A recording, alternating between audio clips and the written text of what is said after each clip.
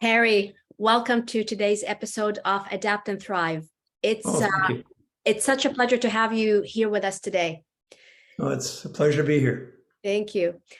Harry, you have been investing in real estate for over 20 years, and you've built a successful portfolio under the Harry James Enterprises.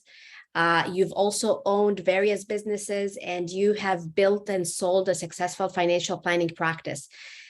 You must have experienced various markets throughout your journey. What tips and strategies can you share with our listeners who currently hold portfolios heading into this new market that we're experiencing of rising rates, softening valuations, and tougher mortgage qualifications? Would love to hear your thoughts. Well, you're being very generous. Believe it or not, it's not been 20 years. I've been investing in real estate since I was 22 years old, and I'm now 61. So it's coming up on, believe it or not, 40 years. And so, and this might be an oversimplification and it might not be sophisticated enough for some of your listeners, but I don't pay attention to mortgage rates and I don't pay attention to the news. I analyze deals. I'm not good at a lot of things, but my gift that I've kind of groomed or developed over the years has been to negotiate and to create value where it doesn't exist. So the set of criteria when I do a deal doesn't change no matter what's going on in the economy. So if I'm analyzing a deal and I'm looking at the cost to buy it, and I always try to buy real well with built-in equity, then I look at my cost of renovating or changing the zoning or creating the magic that I want to create on the property. I look at the cost of that. And then I look at the cost of borrowing. And one of the things that your listeners might be interested in is this 61-year-old guy built most of his portfolio, or certainly a large portion, in double-digit interest rates. You're looking at a guy that if I could be below 10%, I think I'd won the lottery. So this environment over the last 10, 15 years has been like, I've been like a kid in a candy store. I mean, I lock up, I like to know what my fixed costs are. So I have two portfolios. I have my personal portfolio with my wife, Linda, under our personal holdco. And I have Harry James Enterprises. And I was looking at my personal holdco. I've only got one mortgage coming due in the next 5 years. Or next 3 years. And that's because I locked up everything for 5 years. I mean, when I saw 1.6 and 2.1 and 3.1, I was like, Christmas present, Christmas present, Christmas present.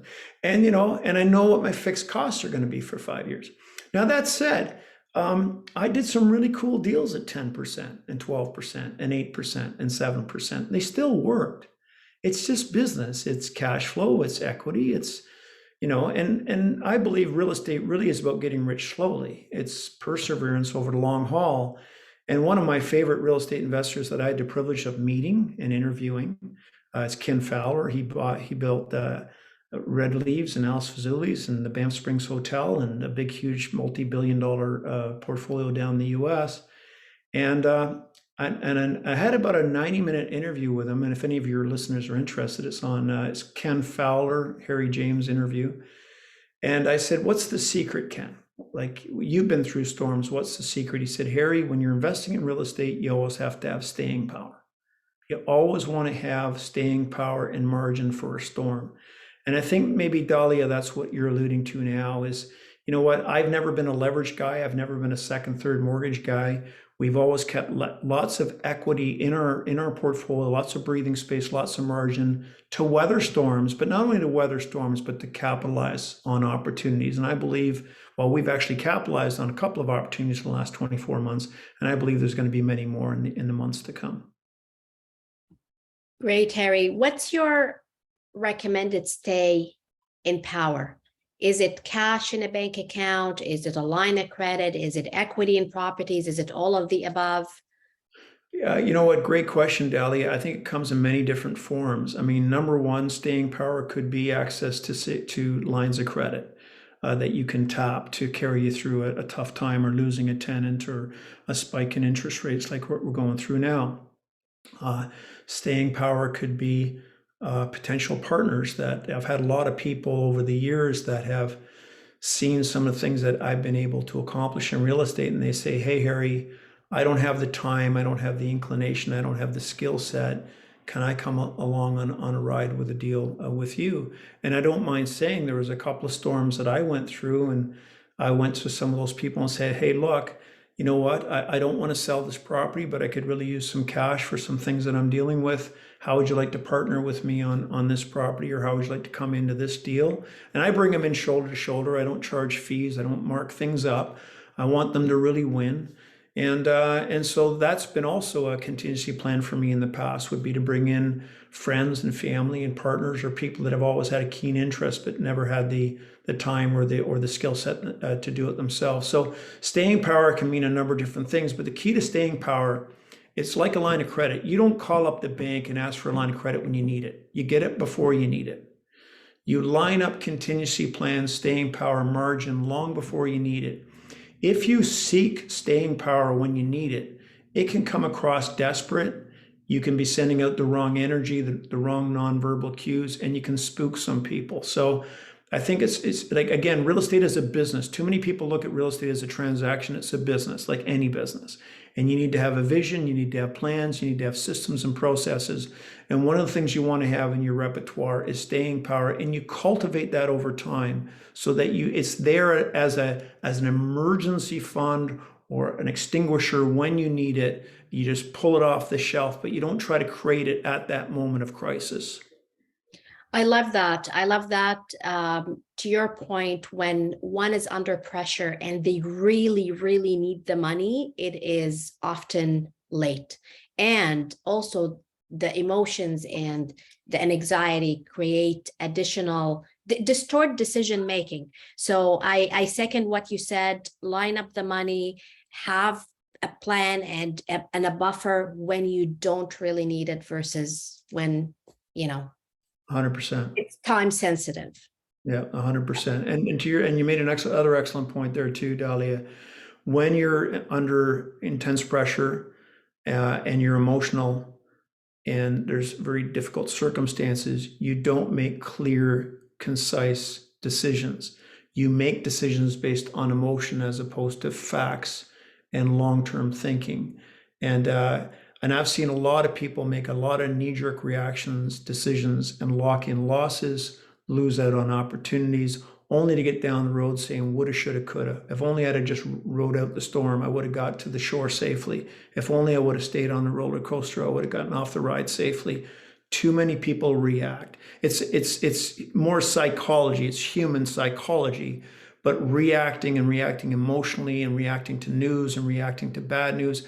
Again, and I'm not trying to oversimplify, but the number of people right now focused on interest rates is ridiculous. Like Yeah. it's Yes. like interest rates are dictating your life, dictating your happiness, dictating your net worth. It's one small factor in many factors when you're building a real estate portfolio, when you're building a real estate business. And it's a factor, sure, you have to take it into consideration, but my goodness, it's not the be all and end all. It shouldn't be putting you in a state of inertia. It shouldn't be stopping you from getting in your car and looking at deals and talking to people and networking and getting excited about the future. My goodness, people, stop listening to the news is my key message. Yeah.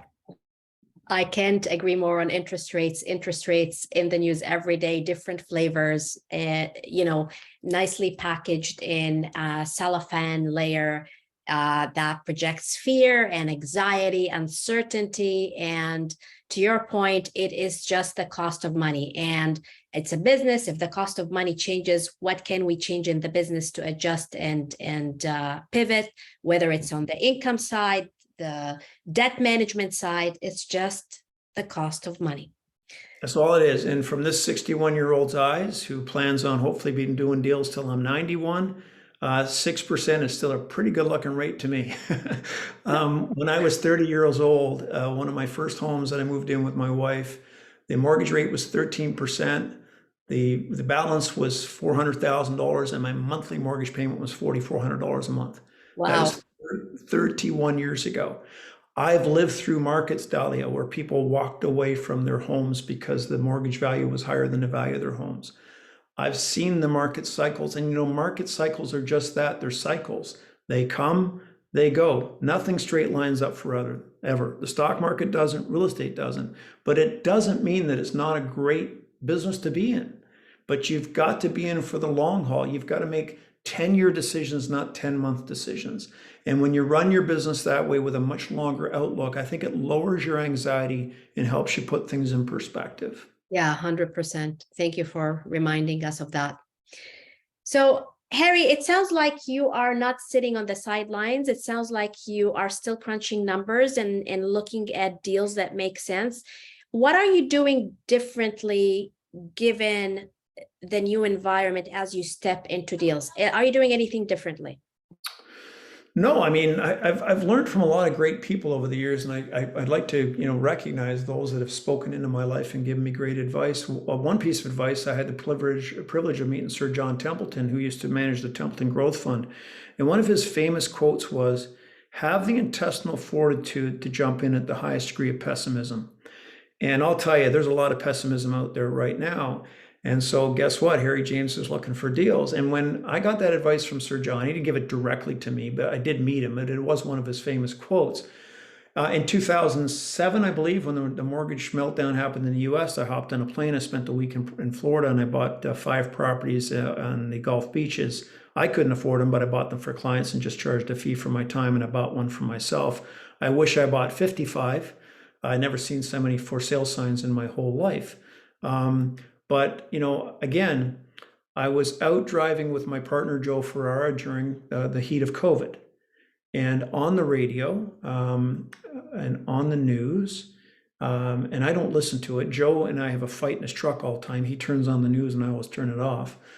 But they were saying that nobody was ever going to shop again in retail stores. Commercial real estate was basically, nobody was ever going to go back to their offices. We're basically going to pave downtown Toronto and make it a big parking lot. And people were going to work in their underwear in their basements for the rest of their lives, not having any communication with other human beings. Now, I didn't buy into that. It's amazing how many people did, but I didn't. But in the middle of that, there was 2 commercial retail plazas for sale, one in Coburg and one in Markham, that I had my eye on. Nobody was looking at them. Nobody was financing. So we bought them. And we put in firm offers at a price that we thought was going to create some significant equity for us. And lo and behold, we got both of those deals. Why? Highest degree of pessimism. Commercial real estate was never coming back. People were never going to shop in retail stores again. Commercial financing was impossible to get. Can you think of a better storm? Like, Wow, everything is like, wow. So the masses go, not for me. And those of us that have heard and listened and understood go against the crowd, jump in at the highest degree of pessimism. Markets are cyclical. And when things don't make any common sense, now's the time to jump in and ride it out. So when everybody's common sense does come back, you're going to be winning. And that's worked over and over and over again. So anybody listening to your cool interview tonight, Dahlia, and thank you for doing this type of stuff because it's so beneficial to people. Listen, we're at a high degree of pessimism. Jump in, look for deals, talk to Dahlia about financing. 5 and 6% interest rates are great as long as the numbers work on the deal. Go against the crowd. Look for things because I'm telling you, they're out there. The opportunities are out there and the masses are frozen. There's a significant state of inertia right now. So you're not at the table with a bunch of multiple offers and all sorts of emotion and almost this, competitive gambling type environment. That's not a great way to invest. This is a fabulous environment to do true real estate investing in. And I encourage your listeners to really get out there, do their due diligence and do some deals. Yes, we're no longer seeing these crazy offers that are all above asking with firm conditions and, everything that was just frantic literally 6 months ago. So things are starting to make more sense right now is from what I'm seeing. You can negotiate, you can put conditions in. There are you have time for due diligence. Yes, yes. That's a beautiful, beautiful thing. It's a beautiful thing. Absolutely. Just curious, Harry, for the deals that you've done back in COVID, the commercial deals you've just described, where you went against the crowd and still, made this work because you know that the fundamentals are there. Commercial deal, all lenders during COVID on commercial were like, oh, we don't want to touch this. Did you utilize private money? Yes, so that's the funny thing. So one of the deals I got is because a guy was working on his financing for 8 months and it fell through because I constantly, connect and network, and people that do business with us realize we don't waste their time. So when the deal fell apart, I just happened to talk to the agent that had the deal the week before and said, if it doesn't come together, call me. He called me, he said, the deal's falling apart. I said, I'll take it. We closed it with private money, and then within a few months, we replaced it with conventional financing. That deal was unbelievable. We actually, all of the rents were below market value. All of the leases were due. We increased the cash flow on the property about $60,000-$70,000 within 3 or 4 months, and we Wow. put in conventional financing. And that property, believe it or not, positive cash flows, which uh, really is incredible because we did it at a very unique time, and we did the exact same thing with another property. Sorry, on the other property we got a conventional mortgage through one of the insurance companies. So one of the deals we did private, one of the deals we did conventional. Okay, fantastic. This is a great example. I wanted you to share this because here's an example, folks, of a deal in the midst of COVID where lenders were not lending, and Harry used private money, which is quote unquote higher interest rate, actually a lot higher typically than what you're hearing right now about the conventional interest rates, and he made the deal successful because the numbers, it's all about the numbers, it's all about the strategy. And if you know the numbers, then you can use the tool to your advantage, and you can use a market where you can negotiate to pick up better deals. So that was a beautiful example that you shared, Harry. Yeah, and you know what? And it's I know that we all see people on social media and speakers and all that. I'd really like to point something out here, though, that's really important to me. I'm not embellishing anything. This actual particular property is on our website, and that $60,000-$70,000 lift is real. It blew me away, but it's real. And to your point, that $60,000-$70,000 lift, that more than offset any cost of the extra private financing or anything else that was associated with doing that deal. Because you and I both know that the reality in the banking world is cap rates are really important on commercial real estate. So when I lifted that 50, 60 grand overnight, we added over $1 million to the value of that building literally overnight. So we added over, on those two deals, Dali, on our little portfolio, we probably added $2.5 million of equity inside of 6 months. Phenomenal, phenomenal. Harry, lastly, personal/business question. I have heard you talk about your success philosophy and vital signs, and I love that philosophy. Would love for you to share it with our listeners here. And how are you deploying that in this environment to shield yourself from what's happening, or to actually not shield yourself, but to get clarity and focus and elevate your days above the news and the noise and the drama that sometimes happens? Well, Dali, it's interesting. I just met with a good friend and client who's going through a very, very tough time, very tough time. And I think it's no secret that mental health and addictions, especially with COVID, the state of the world today, the negativity, the state of inertia right now with interest rates, economy, stock market, a lot of people are really hurting, and they're covering it up to a certain degree. I know that the big companies like Bell and so on talk about being brave and opening up about your mental health, but so many of us wear a mask.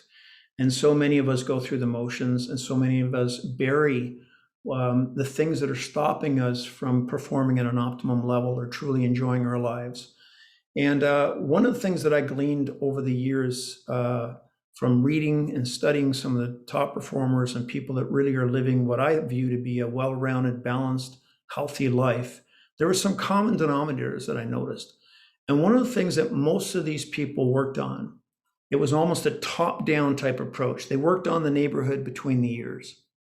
And I will tell you, I know that things are very sophisticated today, and there's all sorts of hacks and there's all sorts of cool things that people are doing on the internet and social media. But I will debate with anybody all day long. The number one thing for success, the number one thing for achieving the level of life and enjoyment that you want is 100% tied into your attitude and your perspective. And I will challenge anybody on that. And the reality is that we put very expensive filters on our computer to keep out viruses, but we don't do the same things with the most important aspect of our body called our minds. So if you're letting all the garbage pour in and all the negativity pour in, and you're not weeding and editing and focusing on a narrative that's going to help you perform at an optimum level, it's going to bog you down. It's going to weigh you down. It's going to be a true anchor, not only in your business life, but in every other area of your life, your relationships, your spiritual journey, your physical and mental health, and as well as your financial health. So one of the things that I came up with was something called vital signs, which is that top-down approach. Every day that I wake up, I do a very brief review of my relationships. Most importantly, with the man in the mirror. Do I love myself? Do I feel worthy of the success that I'm pursuing? Do I forgive myself? Because if the answer to those questions is no, I'm going to subliminally sabotage myself. I'm not going to perform the optimum level because I'm not going to feel worthy. So I try to make sure that I read and feed my mind with and listen to things that are going to build me up and make me recognize that every human being on the planet is equal and everybody is deserving of the life that they're pursuing. And that includes me, no matter what mistakes I've made, what errors I've made, what my education is. Regardless of that, I deserve to perform at a level and achieve the things that are important to me. I shouldn't say deserve. I'm as worthy as anybody else on the planet. The next thing, we all have inner circle relationships. My spouse of 38 years, who's a lot smarter than me, Lynn, she's the one that made me buy some of the best things I have in my portfolio. She's always understated. I get all the credit because she's very quiet, but the reality is it should be the other way around. But if I don't have things rocking and rolling with Lynn, if our relationship isn't a 9 out of 10, if I owe her an apology or we're going through a tough patch in my marriage, that is going to hold me down. It's going to weigh me down subconsciously. I can't perform at an optimum level because I have unresolved conflict or something that's 10 times more important than money, and it's not right.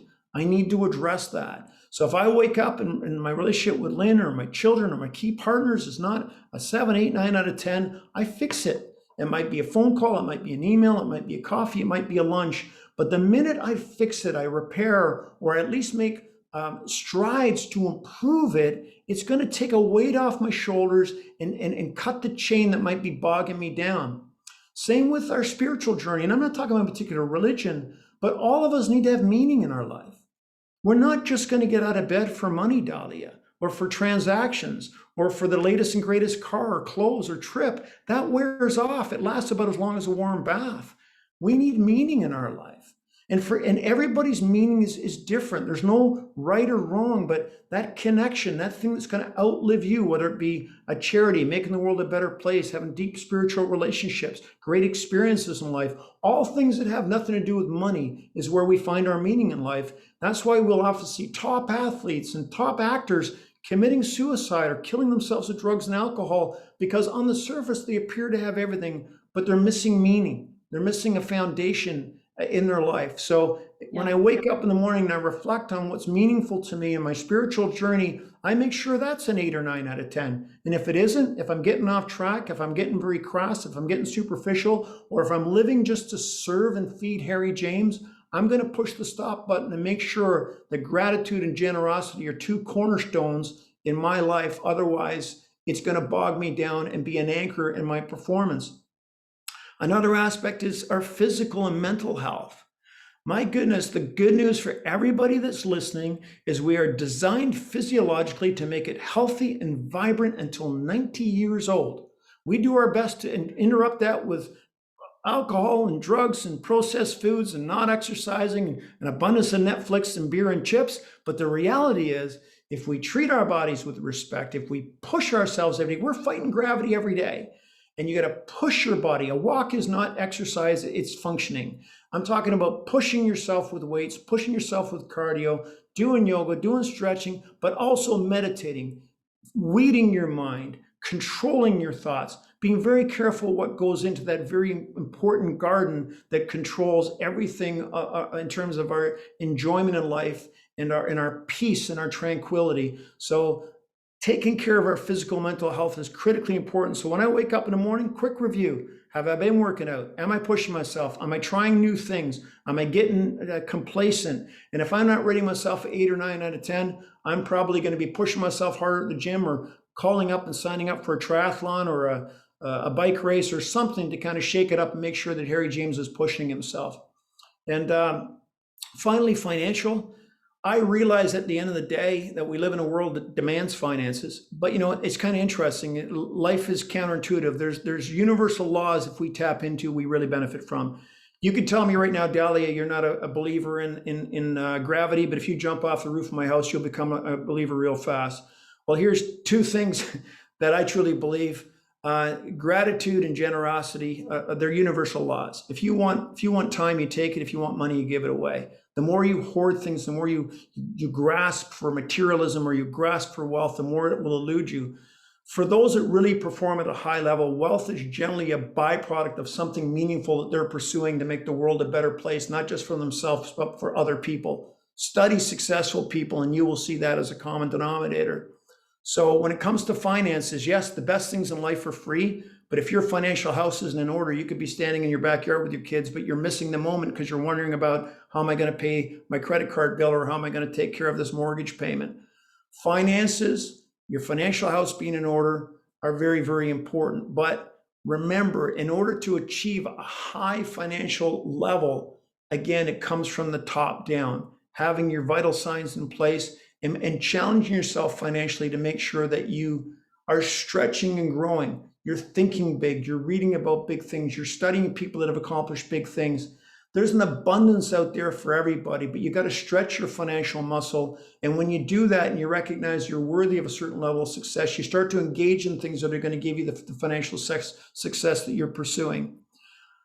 Finances for me have always come later. I raised 4 children. I have 4 grandchildren now. I always knew as long as I did the right things and managed my time, time's the only thing valuable that's worthy of being in a vault.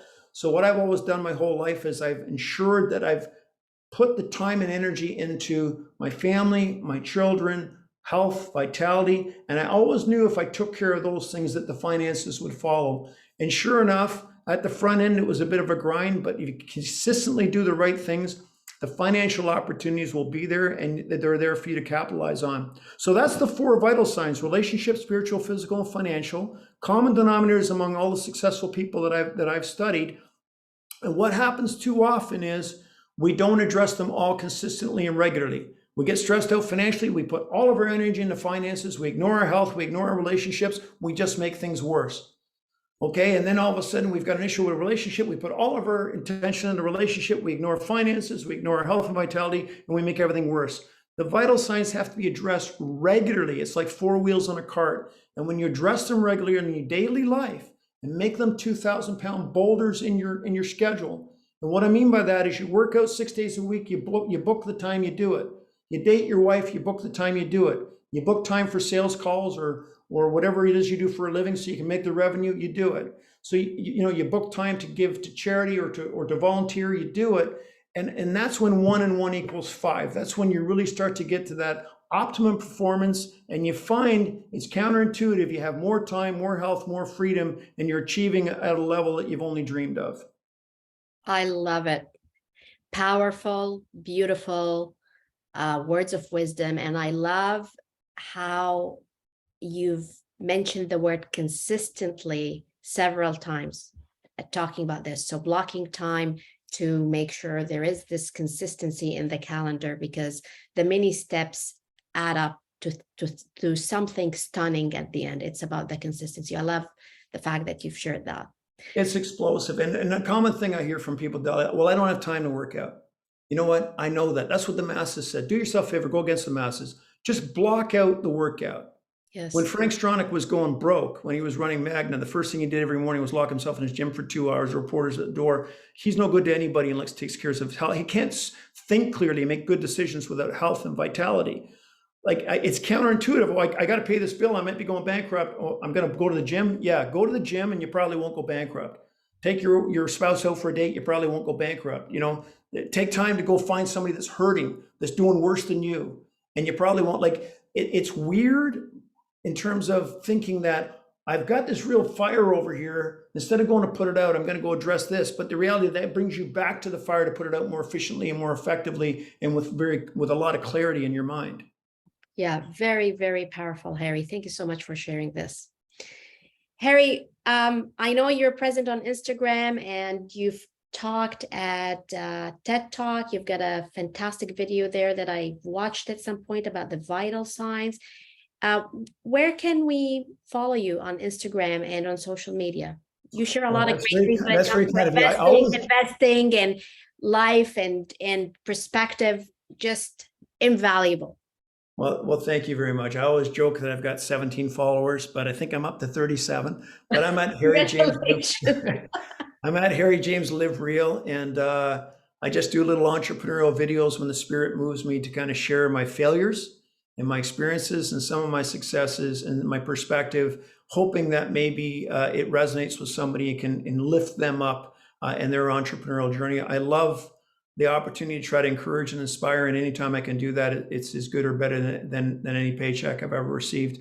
HarryJamesEnterprises.com is our website. Our projects are on there. Things that we're working on are out there. Our successes and our failures are on there, as well as what I've learned from each.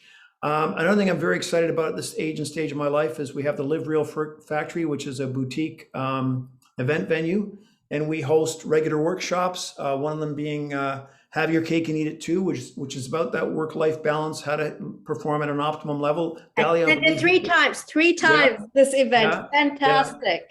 Yeah, thank you. And it's very unique. It marries high quality food with high quality entertainment, with high quality entrepreneurs that are making things happen. It's kind of this unique little blend. It seems to work, and we've had a lot of fun doing it. And the brand seems to have taken off a little bit. We just had a very successful conference in Kobakog. So I'm looking to continue to build the Have Your Cake and Eat It Too brand and create little entrepreneurial experiences to inspire and encourage and have people just connect and be authentic and take off the mask and just help each other grow. So that's the things that I'm involved in today, as well as overseeing our portfolio and continue to have fun and doing deals and negotiating. And I'm still looking forward to realizing that every day I got something to learn, and I love learning from all people at all different ages and stages of life. That's what I learned at the conference. I met some really, really cool, dynamic young people that were just blowing the lights out, and it was just so fun to have a front row seat and learn from them as well.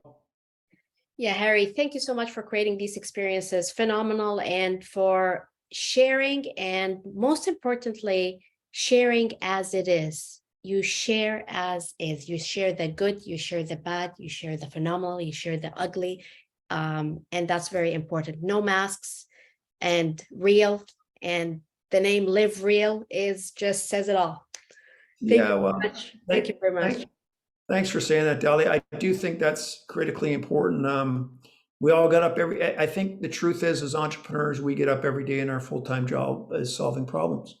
That's what we do. And to pretend that we don't have them, to pretend that we don't get kicked in the face, to pretend that we don't have losses, I think is kind of promoting a narrative that just isn't true. And it certainly isn't going to inspire and encourage other small entrepreneurs that are trying to build a life for themselves. Yeah, thank you for that, Harry. Thank you very much for your time today and for sharing. Have a beautiful night. Thank you so much, Dal. It's always a pleasure spending time with you. Thank you. Take care. Cheers. Bye-bye.